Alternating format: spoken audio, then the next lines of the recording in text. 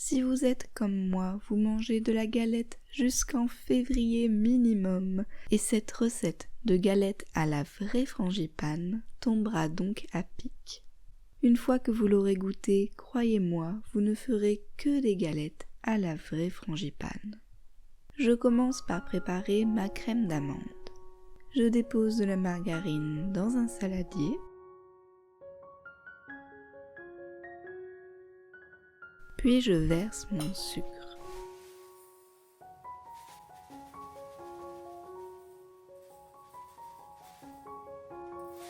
Et je crème les deux ensemble.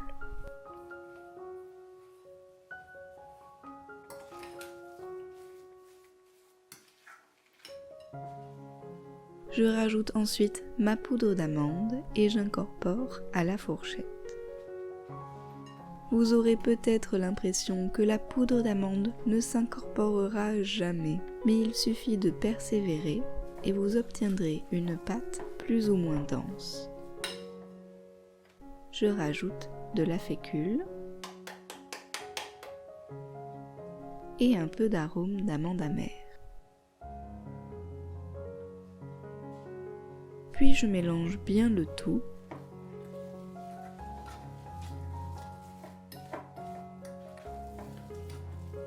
Et notre crème d'amande est prête. Pour transformer cette crème d'amande en frangipane, il nous faut cependant un élément en plus, de la crème pâtissière. C'est le mélange de ces deux préparations qui donne la fameuse frangipane. Ici, je l'ai faite la veille, la recette se trouvera sur mon blog, c'est un simple mélange de lait végétal, de sucre et de fécule. Il faudra la laisser refroidir, puis la délier au fouet.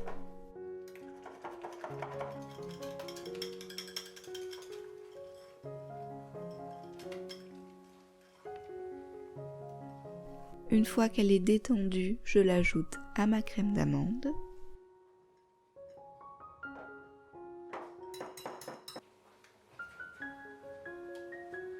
Et je mélange à la fourchette.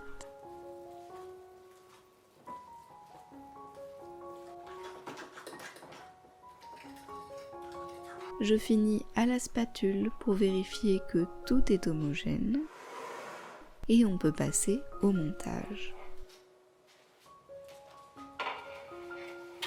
J'ai déjà déroulé une de mes pâtes feuilletées sur une plaque de cuisson. J'utilise des pâtes feuilletées toutes prêtes du commerce et j'y dépose toute ma frangipane. Je sais que certaines personnes font ce montage à la poche à douille, je trouve que ce n'est pas forcément nécessaire et personnellement, je préfère faire simple. J'étale bien ma frangipane de manière homogène en laissant un bord de 2 ou 3 cm. Évidemment, on n'oublie pas de poser sur notre galette une petite fève.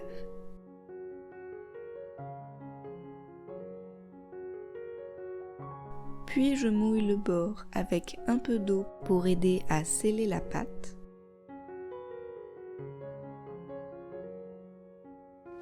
Et je pose ma deuxième pâte feuilletée par-dessus.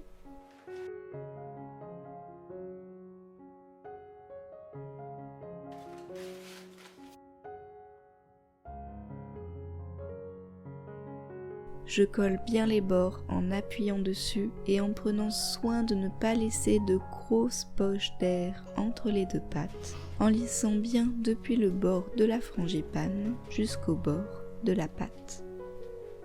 Une fois que les deux pâtes sont collées, je dore le dessus avec un mélange de lait sucré et de café.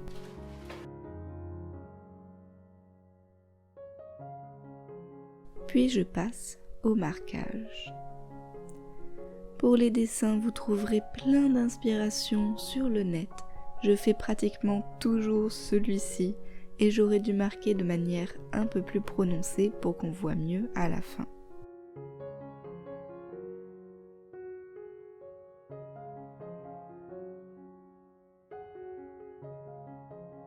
Je fais quelques trous pour permettre à la vapeur de sortir.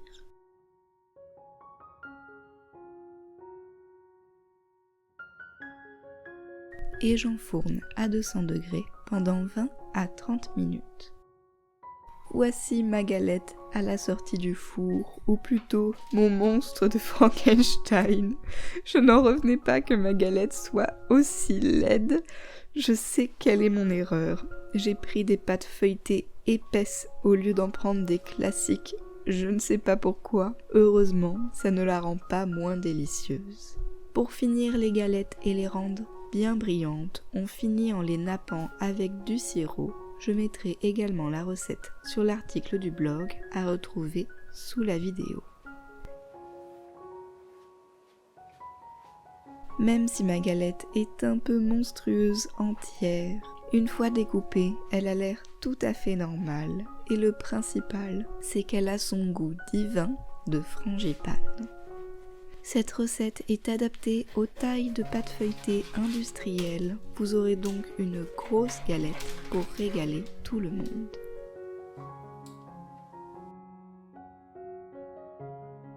J'espère que cette recette vous plaira. Si vous voulez la recréer, le lien vers mon blog avec toutes les quantités se trouve en dessous de la vidéo. N'oubliez pas de mettre un pouce bleu, de commenter et de vous abonner pour ne pas louper mes prochaines recettes. En attendant la prochaine vidéo, je vous fais des bisous. Je vous souhaite une merveilleuse année 2021 et je vous dis à bientôt.